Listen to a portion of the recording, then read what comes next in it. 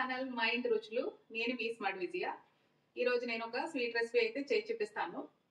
అదేంటంటే కట్టా మీఠా అయితే చేసి చూపిస్తానండి.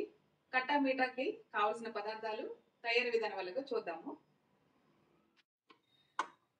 ముందుగా స్టవ్ వెలిగించుకొని కడాయిని పెట్టుకుంటామండి. ఒక కప్పు నెయ్యి అయితే వేసానండి. నెయ్యి వేడైన తర్వాత డ్రై ఫ్రూట్స్ వేసి వేయించుకుందాము. డ్రై ఫ్రూట్స్ వేయించుకుని సిమ్ లో పెట్టి అయితే బ్రౌన్ కలర్ వచ్చేంత వరకు వేయించుకోవాలి.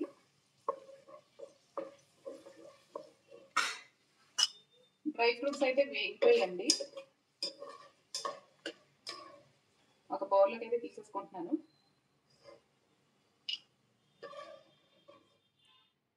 మిగిలిన నెయ్యిలోకి 4 బ్రెడ్ స్లైసెస్ అయితే తీసుకుని ఈ విధంగా కట్ చేసుకున్నానండి. ఇవి కూడా నెయ్యిలో వేయించుకోవాలి.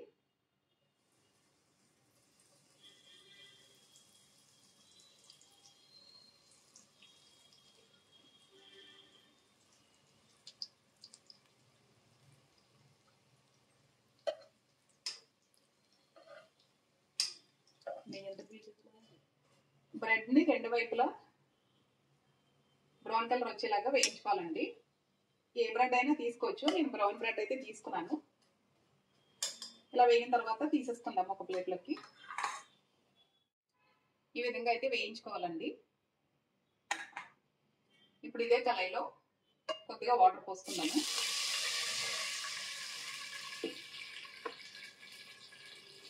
ఒక కప్పు పంచదార వేస్తున్నాను.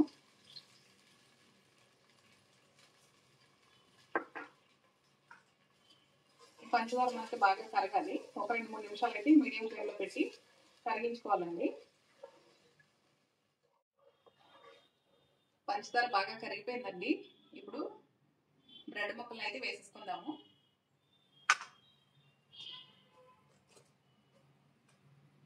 వేసి ఒక 5 నిమిషాలు అయితే ఉడకనివ్వాలి.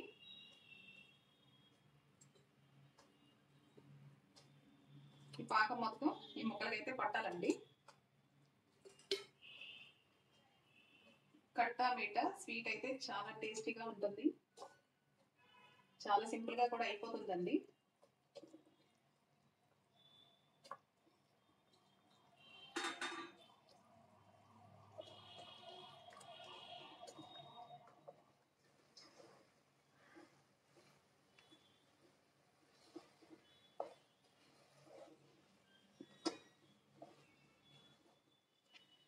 మనకి కట్టా మీఠా స్వీట్ అయితే రెడీ అయిపోయిందండి.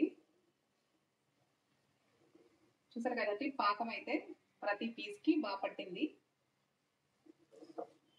నెయ్యి కూడా మనకి పైకి వచ్చేసింది కదండి. ఇప్పుడు చివరగా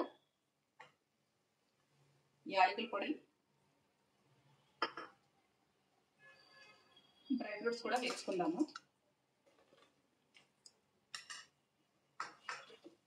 ఇలా ఒక 2 నిమిషాలు ఉడికిన తర్వాత అయితే స్టవ్ ఆఫ్ చేసేసుకుందామండి. స్టవ్ ఆఫ్ చేసి సర్వింగ్ ప్లేట్లకు అయితే తీసి చూపిస్తాను. చూసారు కదా ఫ్రెండ్స్, కట్టా మీఠా.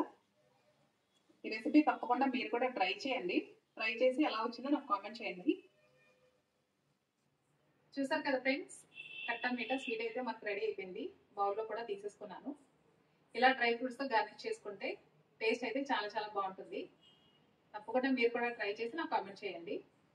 నచ్చితే లైక్ చేయండి, షేర్ చేయండి. మరొక రెసిపీతో మళ్ళీ మీ ముందుకు వస్తాను.